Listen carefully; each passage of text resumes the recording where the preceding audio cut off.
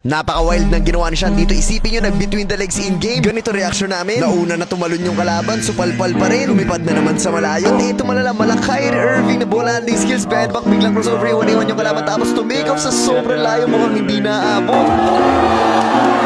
Naman si Sean, babakbak na naman dito sa Dasmariñas, Cavite. Kakaumpisa pa lang ready na kagad tumao-tao tong si Sean. Ang ganda ng depensa nun sa ilalim, kaya naman sumabla yung kalaban at pagbigay kay Sean. Hindi na ba kami na-inform na ganito pala gagawin mo? Kakaumpisa pa lang, uy! Ayaw mo maglaro na simple, gusto mo yun talagang sigawan?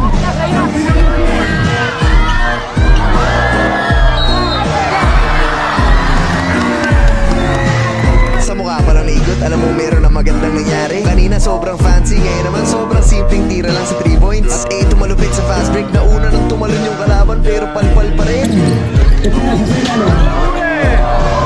At ito na nga yung resulta nung tinanong niyan tao-tao ba? Full court press, talagang pressure, todo-todo. Kaya naman sa fast break, syempre hindi mawawala yung pag-take off nito si Sean sa malayo.